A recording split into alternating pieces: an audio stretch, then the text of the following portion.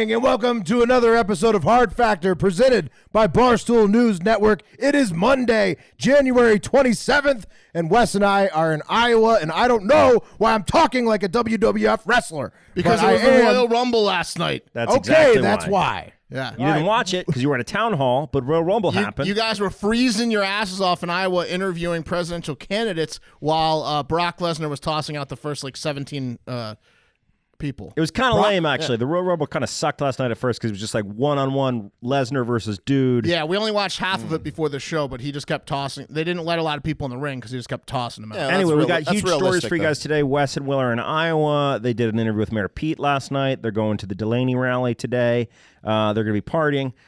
Just couple Delaney acts. Political style. I got a feeling it's a theory. It's just a theory that if Will gets too involved with John Delaney, even though he's leaving us, he's going to leave us, and he's going to join Will Delaney's gets campaign. passionate. If Delaney gets in his ear, Will might join the Delaney campaign. Yep. He's running on double taxes. I don't know. Yeah. He's going to have to be very convincing. It's a risk we take every interview Will gets. Let's get into it. Talk about your Iowa trip. Well, I would say that the bigger risk tonight was the eye contact with Mayor Pete, because I mean that was thick. I didn't get any eye contact. He pretty much turned his back to me. So I just sat there and nodded. I was going to ask him a risky question, but I was worried that they would tell us that we couldn't use any of this shit after that. And there was your also camera. So what you're saying is Will's going to get a "you up" text from Mayor Pete at like 3 a.m? No, I don't think that. Right. What I was saying is that the intensity he has a look on his face when he's answering your questions that is like he's a focused guy. Yeah. He's never going to, like, I was just very surprised. There was never a second where I could even like think about something else because he was giving me a very intent answer. I mean, it's impressive in real He life. might not even blink. Yeah, right? So what's the skinny in Iowa? You guys are there. So Wes and Will are in Iowa, essentially covering the lead up to the Iowa caucus, which is the first big one, huge determining factor on who is the Democratic presidential nominee. Which is like a week from tomorrow, right? Right. Tuesday. That's right. And so it's getting pretty serious out here. We talked to a lot of caucus goers. Obviously tonight we were at Pete. Yeah. So there's a lot of Pete supporters. But we hear, pray tell, that Bernie has lots of mucho support in this state, but only amongst the young people. Yeah, Interesting. I mean, it's cold as shit here, so I kind of expected there to be more activity. Did you say it's cool to shit there? Cold as Cold as shit. Okay. Both of those, though, it's Yeah. also cool to shit. Cold as shit. So I expected there to be a lot more people like milling around, like more news stuff. But really, the only thing that was going on today that we saw was the Mayor Pete town hall. And that's where we were, and we got kicked out. Wait a minute. This was a mess. You got kicked out. This was a whole mess when we started this thing, man. Yeah, it didn't start very really great. Started bad. So we landed here in Des Moines in the afternoon, and we're like, rushing up because we want to get to the Mayor Pete event. It was a Fox News town hall. Started at you had to be in by 5, and so we get over there. We're interviewing people in the line, mixing it up, thinking everything's all good. All of a sudden, we get this like Iowa Secret Service that comes over and is like, "Oh, you don't want to fuck with them." They're like, "Hey, you're not allowed on the premises. You gotta get over to the other thing." Dude had like a Hulk Hogan like mustache, it was hilarious. I mean, yeah, he was hardcore, dude. Fu Manchu. He ended up, he had a Fu Manchu. He ended up being pretty cool in the end. He did. He got me so good. He did. On the last. We thought we were about to get kicked out again right before we got the Pete interview. Yeah. And he came out and he was like, I knew that you guys weren't supposed to be here. And he like looked straight at me, and I was like, motherfucker, man. Yeah, he claimed. He's like, I'm just kidding. I talked to him. You're supposed to be here. Yeah. So he Wait, was so about he to let kick you us out back? a second Well, time. they had a He was about prearranged to kick interview us with out Mayor twice. Pete. Of course, you're supposed to be there. Yeah, in the loading dock behind the fucking. We got kicked out once for sure before the show, and then almost got kicked out again after. Well, describe your outfits. Yeah, that's the thing. Well- Is we did look very suspicious. We were very patriotic. I had an American flag suit on. Will had an American flag. Let's not give shirt too on. much away because Yeah. Well, look, I'll give a little bit away. You guys looked like Uncle Sam. He fake wanted people to join the army, and he was just a cannibal, and he ate people. Whoa. You guys look like He looked like well-fed Uncle Sam. He looked like American Macho King. Yeah. Yeah. Wes did. I originally had some red tights on, but we thought that was a little too much. You split So them. I went- I went back to- Were you poking through in the front? No, No, he had the jacket was covering. Okay. Yeah. But had it gotten cold enough. I don't think we. I don't think we would have gotten the interview. 3 berries. Wes never talks about the size of his genitals, so no idea what he's working with down there. Well, I created a kid, so I've got something that works down there, but it ain't anything to brag about. Understood. Okay, well, real quick, what else are we to expect from your trip to Iowa? What's going on out there? What's on the street? All right, so tomorrow, tonight we got we landed. We got some man on the street outside of Mayor Pete. We got Mayor Pete after his town hall. Tomorrow we can't tell you exactly what we're doing in the morning because that's a surprise for everybody. But don't give away a storyline, but give us a tip. Like, what locations you going to? But after that, we're going to Urban Dreams. We have a little interview lined up at Urban Dreams in Des Moines. A little 10-minute with a candidate. And, and then basically we're going to talk to caucus goers. Basically, the biggest thing, we've been trying to find out, why does Iowa go first? Right. Okay? Why does Iowa go first? All right? Now, nobody has a fucking answer for us. Yeah. All right? It certainly ain't the weather. Nah, that's not it. All right, well, let's get to the lightning round of other stories. You guys, any last thoughts? Because you're not going to be on tomorrow because you're going to be getting a lot of good footage and flying home. No, we're hoping to get so far it's been very specific to the candidate that we've been following around. So today was Pete, tomorrow's going to be another guy. We're going to try to go around and get some regular folks around Iowa and find out what they think, because we want to do kind of a little mini poll. That's another goal tomorrow, is do a little mini poll for you guys for Predict It. We want to find out how not just obviously if they're at the Pete event they're going for Pete. If they're at the other guy's event they're going for him. But I gotta say this though. We did run into some Trump supporters, that's for sure. We might do like a shout out. We got a Mustang. We might do like a shout out poll, like from. I love from that the you guys got a Mustang. Mustang. Yeah. It doesn't make sense. Do a drive-by shout-out poll. It doesn't make sense. Get a couple of Trump supporters on video. Did Spider get you the Mustang? No, he did. Well, I gave Spider the credit online, but here's a little tip for everybody who travels for any type of thing where you got to rent a car. Spend a little time, talk to the guy who is renting you the car, and turns out a lot of times in the winter he likes to joke about how nobody wants the convertible. Oh, is that so? Yeah. Oh, that's so. And then you end Especially up for walking working out people of the because it's got fucking shitty place. storage. He and actually paid you. He paid you to take the Mustang off his hands. Yeah, basically. He's running short on cars, and he's like, this idiot looks like he'll take a Mustang, so I don't have to tell old people that they have to drive a Mustang. Yeah. Did it come with a blanket? He saw his opportunity and he took it. It was very wise. He pawned the Mustang up on us. All right. Well, we look forward to hearing and seeing more. Make sure to check out the socials at Hard Factor News, at Barstool Newsnet, to keep up with these guys, what they're doing.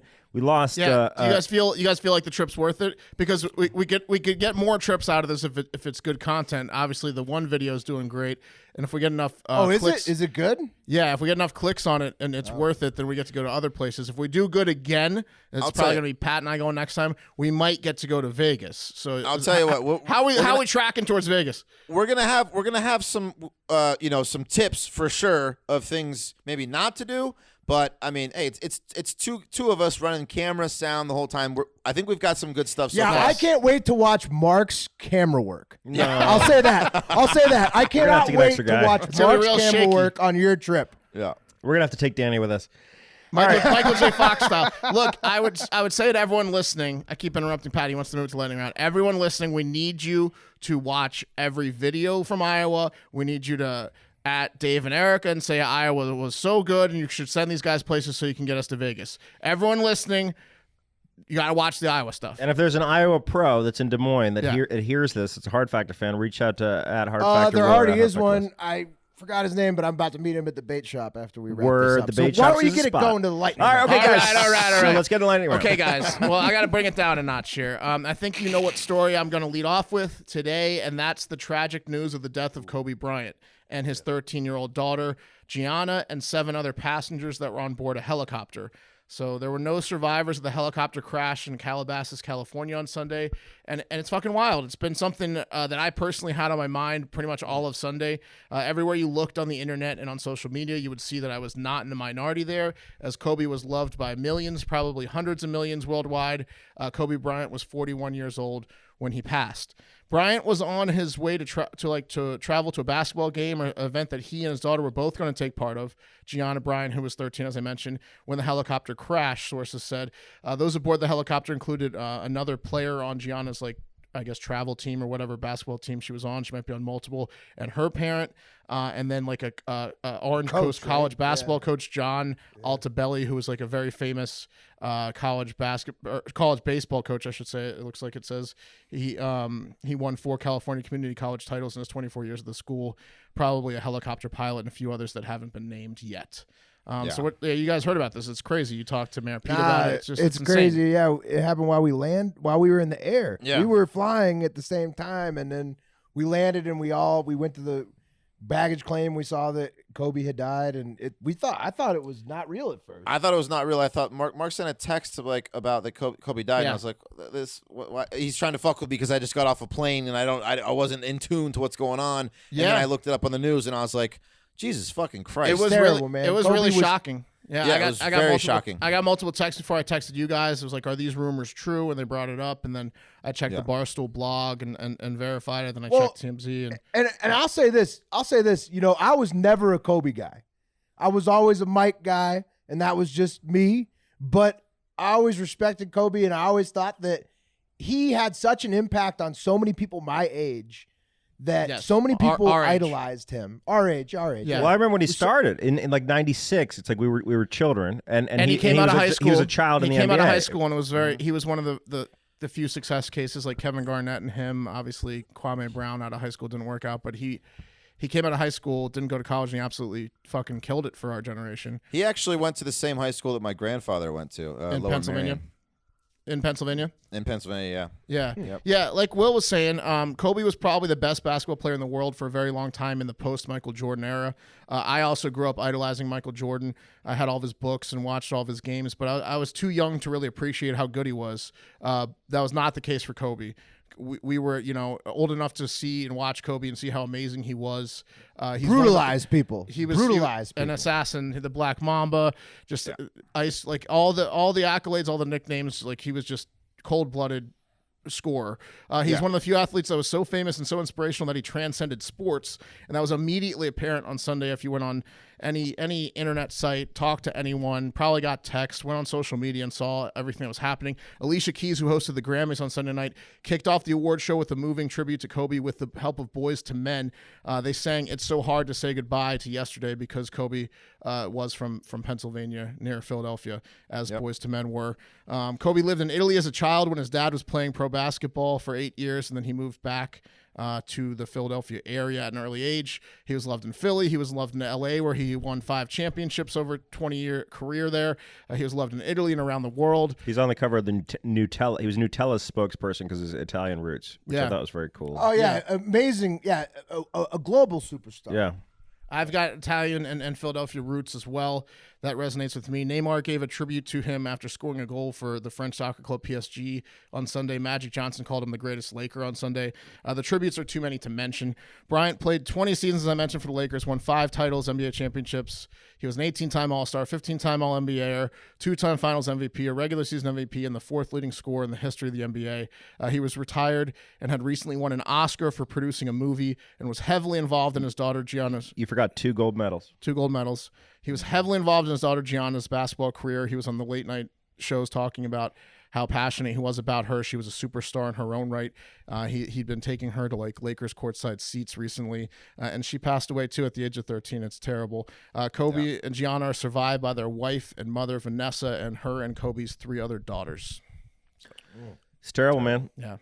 Thoughts and prayers to He was an the expander. family. He was expanding into like a ton of different industries. He had a book publishing industry. He was making films. He was 41. He was writing. He was thriving in his post career. He was worth $500 million. Apparently, it's terrible. KFC he tweeted something on Sunday about how this is possibly the saddest professional sports death of our lives.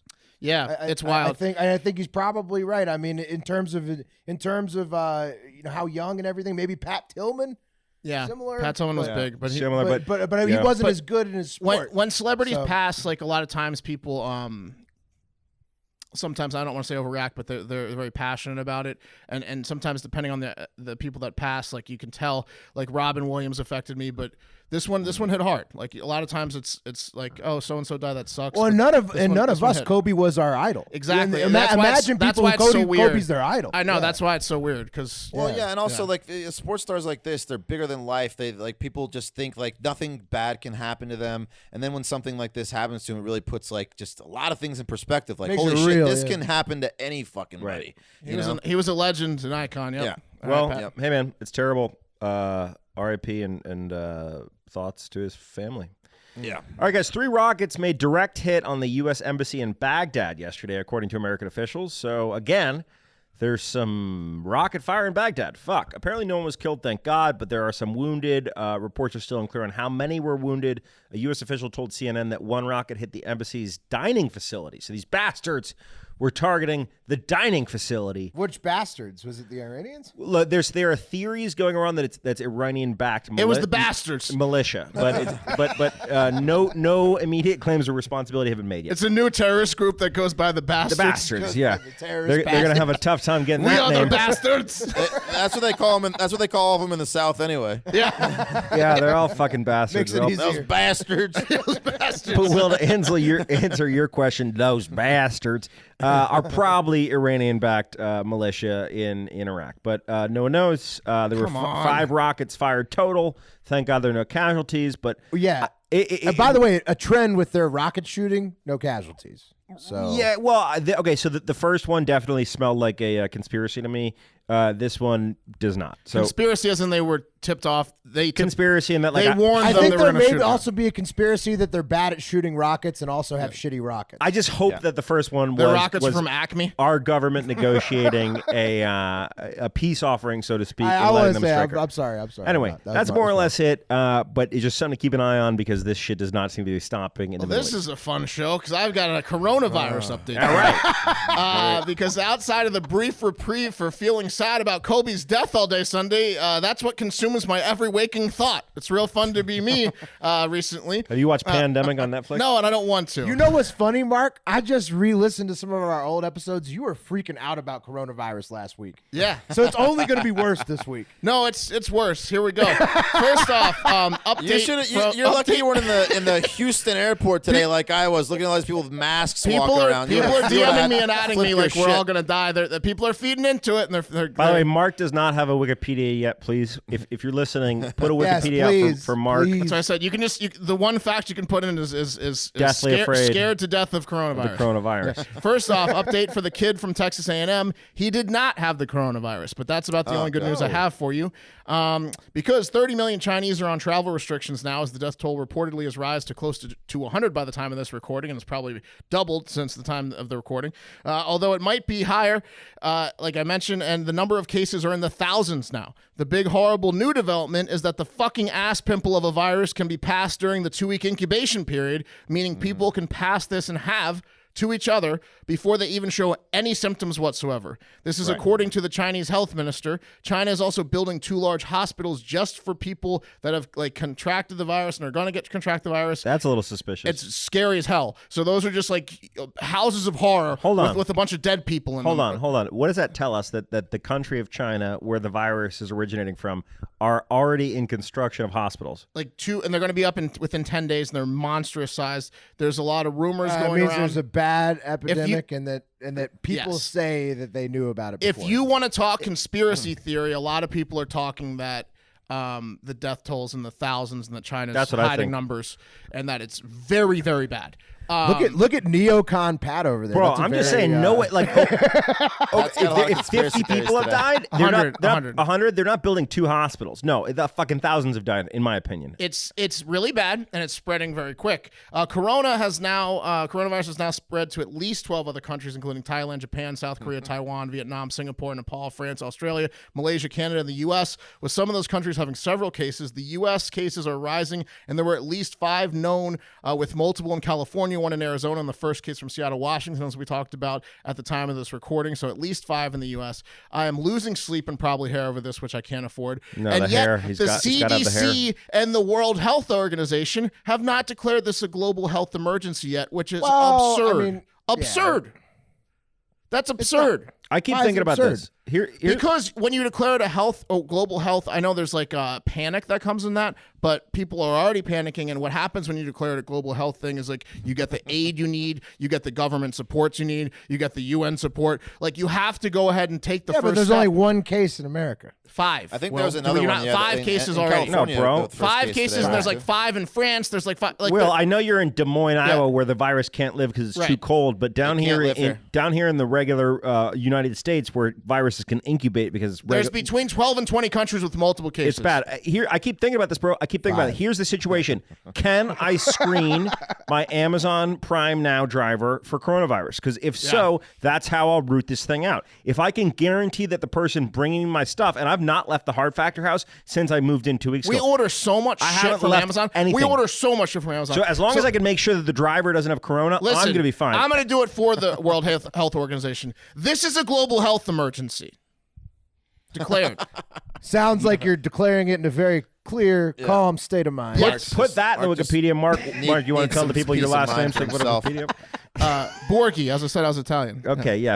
Mark Borghi, build a Wikipedia for him, and what he just said, that's Wikipedia worthy. That's right. We're relying on First you. to declare this a national Hardo global Hive. health emergency. Yeah. All right, guys, in big news, Andrew Yang qualified for the 8th presidential debate, 8 out of 12 to be exact, to be held in New Hampshire on February 7th. Yang Gang! Anyone else feeling that? Yang Gang! Yang's back. Yang's back, baby. He did not qualify for the last debate, but he is in now. I didn't miss him because he doesn't talk in him. Yeah, Yang is the 7th candidate to qualify for the New Hampshire debate, joining our boy Uncle Joe Biden, the hair smeller, friend of Hard Factor and frequent guest Pete Buttigieg, Yes. Amy Klobuchar, Bernie Sanders, Tom Steyer, and Liz Warren. To qualify, candidates need to hit 5% in 4 polls approved by the Democratic National Committee, or 7% in the New Hampshire, Nevada, or South Carolina poll.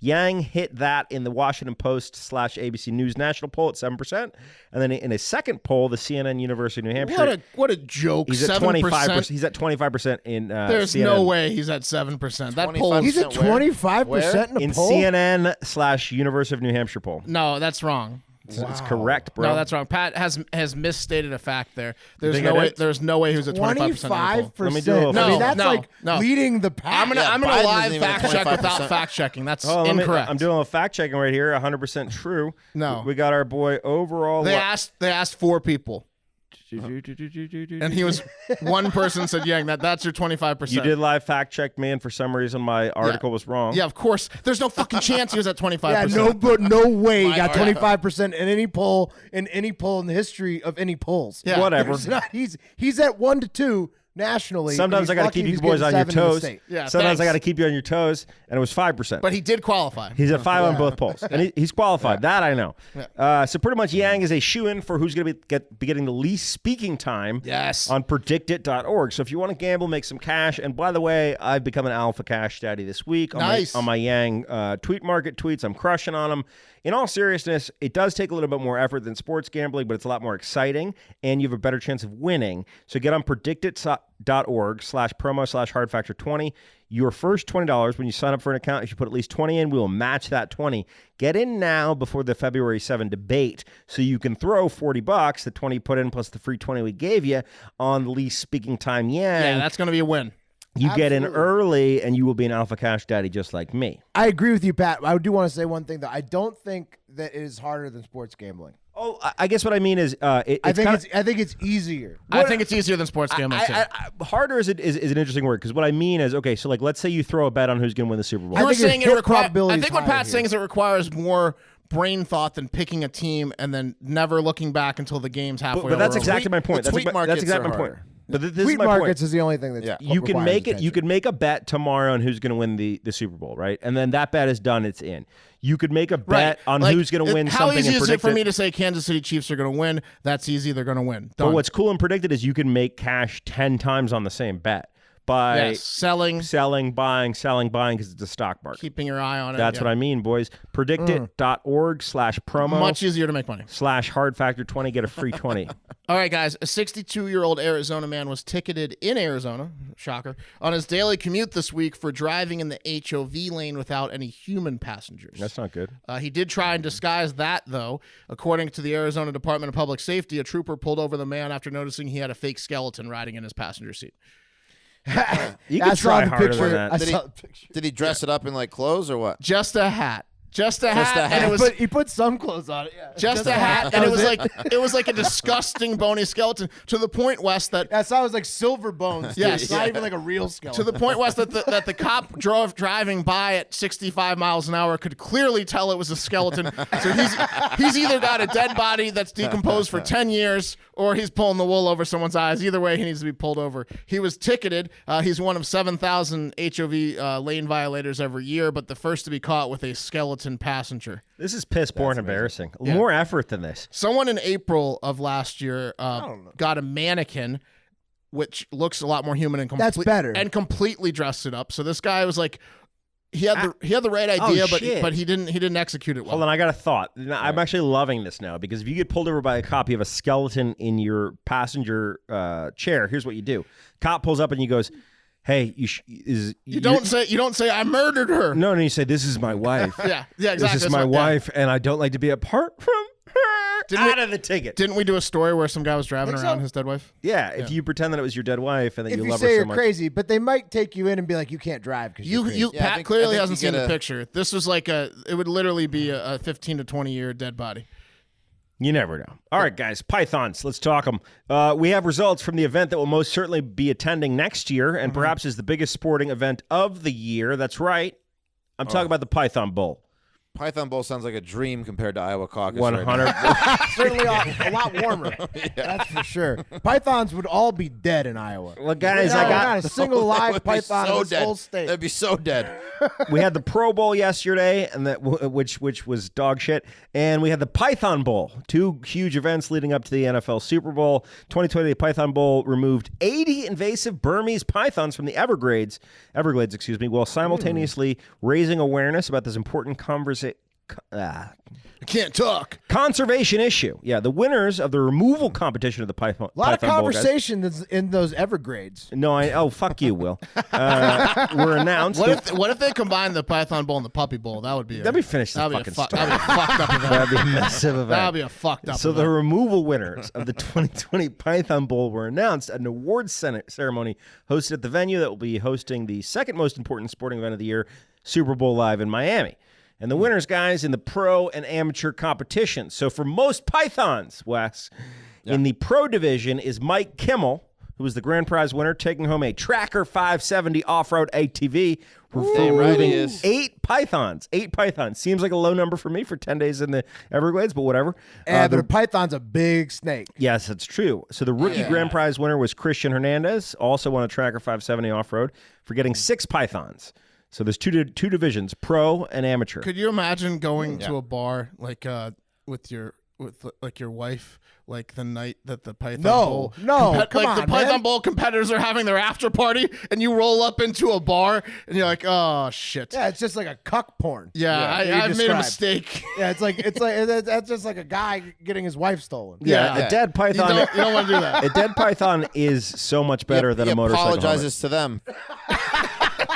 Yeah, first prize was they took whoever's wives they wanted at the after party. That's true. All right, guys. Sorry, Longest sorry python. for not wanting you to take her at first. Yeah, exactly. Mister. Yeah. Around on me. Have fun, boys. Okay, so let me get through this. For longest python in the pro division, Tom Rahill. Was also Mike Kimmel. It was just his dick. It wasn't a snake. Tom Rahill caught Mike Kimmel's dick. It was just his dick. Mike was very surprised and then aroused and then upset. Tom Rahill won $2,000 for a 12-foot, 7.3-inch python. It's a pretty long python, boys. That is. And then I Chris. win this every year. Thwop. What's the poundage on that python? It didn't say the poundage, boys. Heavy. This was length, not heaviest. That's next. Yeah. Christian Hernandez won again in the rookie division for a 11.65-inch python. And then for heaviest, the pro winner, Tom Rahill, again won for a 62-pounder, $2,000. It's probably the same fucking snake. Probably the same thing. Yeah. Same He got- snake. No, he it would caught have to be one different. giant No, snake and the that was longest 13 python was feet 12 long, and it feet, was really 7, heavy. 3 inches by this Tom Rahill guy. You're saying he got a shorter, fatter. No, that snake, that competition's stupid because the winner of one wins both. Okay, we're not arguing the semantics of who it or what should be awarded at the Python I Bowl, would Mark. contend that not a lot of thought went into the prizes at Guys. the Python Bowl. Guys, we can work this out next year at the Python Bowl, okay? Wait, Pat's so upset. So our boy didn't win. The guy who's going to sleep in his truck and the guy that's No, he didn't win this year. Yeah, he right. got Okay. eaten. And in the heaviest for the rookie division was Dave Mucci, who won $2,000 for a 50-pounder, excuse me. Nice. Good story. All right, so more than 750 people from 20 states registered for this 10-day competition. We'll be back next year for the Python Bowl. We can't wait. And that's going to do it for Hard Factor. Thank you guys so much for listening. Keep an eye on our socials. The boys are in Iowa.